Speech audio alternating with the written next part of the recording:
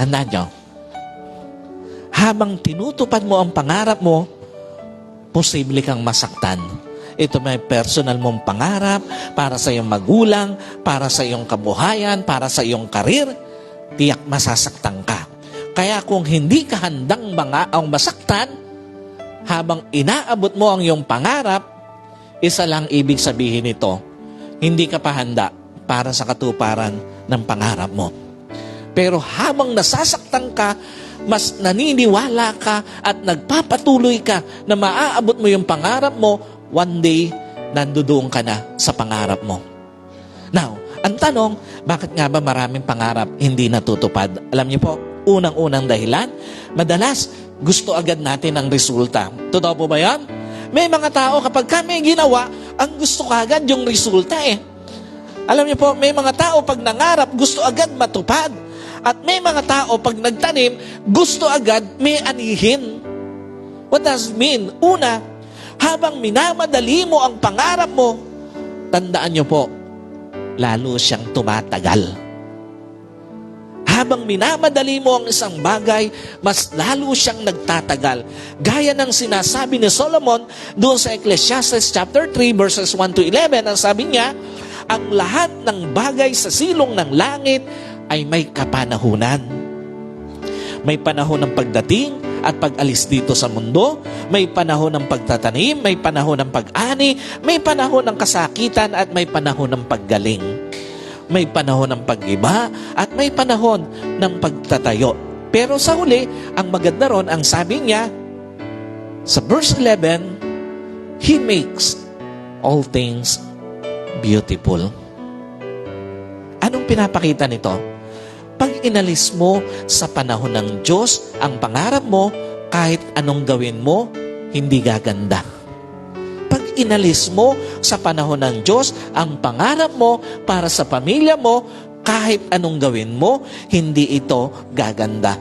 At pag inalis mo sa panahon ng Diyos ang pangarap mo para sa kabuhayan mo, kahit anong ganda nito o kahit anong mangyari, hindi siya gaganda.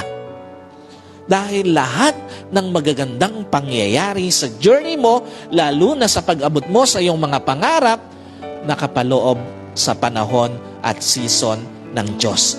Hindi mo dapat inaalis sa season ng Diyos yung pag-abot o katuparan ng anumang pangarap na inilagay ng Diyos sa puso mo.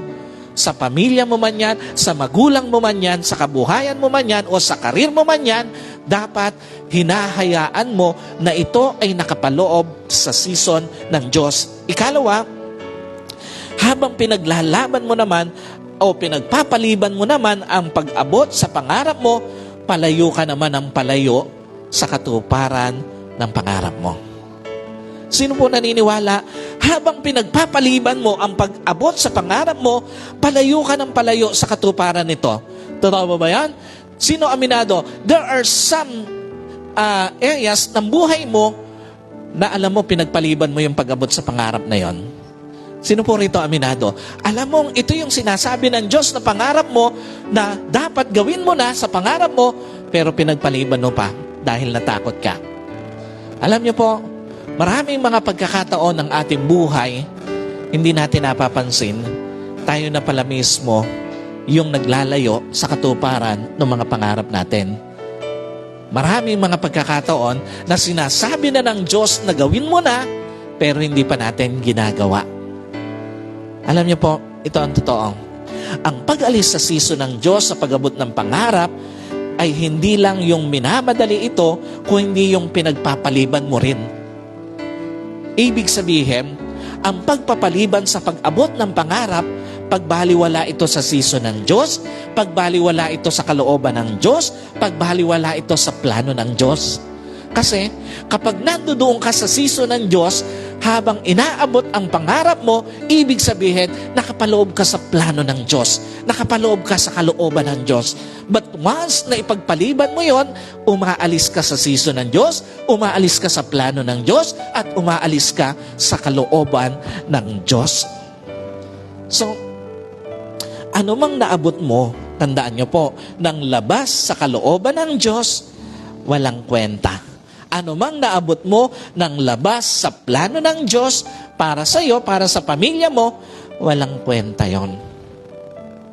Another thing, madalas, bakit may mga tao nabibigong abutin ang kanilang mga pangarap? Inaayawan agad natin yung lugar na ang Diyos lang ang tanging pag-asa natin. Totoo po ba? Kung meron mang pinakaayaw ang isang tao, yung lugar na puno ng pagsubok. Totoo po ba yan? Sino rito aminado? Kung maaari lang, ayaw mong maranasan yung mga masasakit na pagsubok sa buhay. Yung mga mahihirap na pagsubok, lalo na sa pag-abot ng iyong mga pangarap. Alam niyo po, kung meron mang pinakaayaw ng isang tao, lugar sa kanyang buhay, yung lugar na wala siyang kakampi.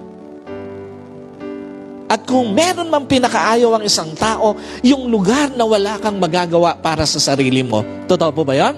Madalas, yun yung ayaw na ayaw natin eh. Yung wala tayong kakampi, yung nag-iisa lang tayo, yung wala tayong magagawa para sa ating sarili.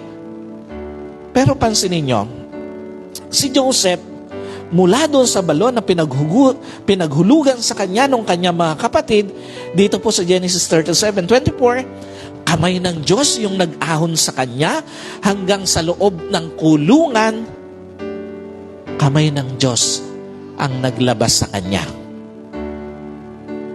Anong pinapakita nito? Una, habang tinatanggihan mo ang katotohanang Diyos ang pinakapag-asa ng pangarap mo, mabibigo ka. Maniwala ka, kung meron mang pinakamatibay na pag-asa ang pangarap mo, walang iba kundi ang Diyos. Ang Diyos ang pinakamatibay na pag-asa ng pangarap mo, nagiginhawa pa pamilya mo. Ang Diyos ang pinakamatibay na pag-asa ng pangarap mo na magkakabahay pa ang pamilya mo. Ang Diyos ang pinakamatibay na pag-asa ng pangarap mo, nagiginhawa pa, magkakabahay pa, maayos pa ang karir mo o even ang pamilya mo. Alam niyo po, tandaan niyo, habang inaabot mo ang mga pangarap mo, darating at darating yung point at intentionally madalas gagawin ito ng Diyos. Yung point na tanging ang Diyos na lang ang sasandalan mo. Habang inaabot mo yung pangarap mo, tandaan niyo po, darating at darating yung point na tanging ang Diyos na lang ang makakakampi mo. At darating yung point, habang inaabot mo yung pangarap mo, na tanging ang Diyos ang pag-asa mo. At intentionally, papayagan nyo ng Diyos. Papayagan ng Diyos na dumating ka doon sa point na wala ka ng ibang makakakampi kundi ang Diyos. Wala ka ng tanging masasandalan kundi ang Diyos. At wala ka ng ibang makakasama kung hindi ang Diyos. Kasi nga, ito po ang totoo. Mas madali sa maraming tao ang sumandal sa sariling kakayanan. Totoo po ba yan? Mas madali sa maraming tao ang pagtiwalaan ng sarili, ang umasa sa sarili, at sandalan ang kanyang sarili sa kanyang mga pangarap. Pero tandaan niyo po, pag ang Diyos ang kakampi ng pangarap mo, tiyak matutupad ang pangarap mo. Maniwala ka, pag ang Diyos ang pag-asa ng pangarap mo, tiyak matutupad ito. Ikalawa, habang pilit mong tinatanggal ang Diyos sa equation sa pag-abot ng pangarap mo, mabibigo ka. Kailangan mong tanggapin ang Diyos ang pinakamatibay na pag-asa ng pangarap mo. Pinakamatibay na sandigan ng pangarap mo, at kailangan mong tanggapin, hindi mo pwedeng tanggalin ang Diyos sa equation sa pangarap mo. Habang inaabot mo ang pangarap mo, hindi mo pwedeng isang tabi ang Diyos sa pag-abot ng pangarap mo.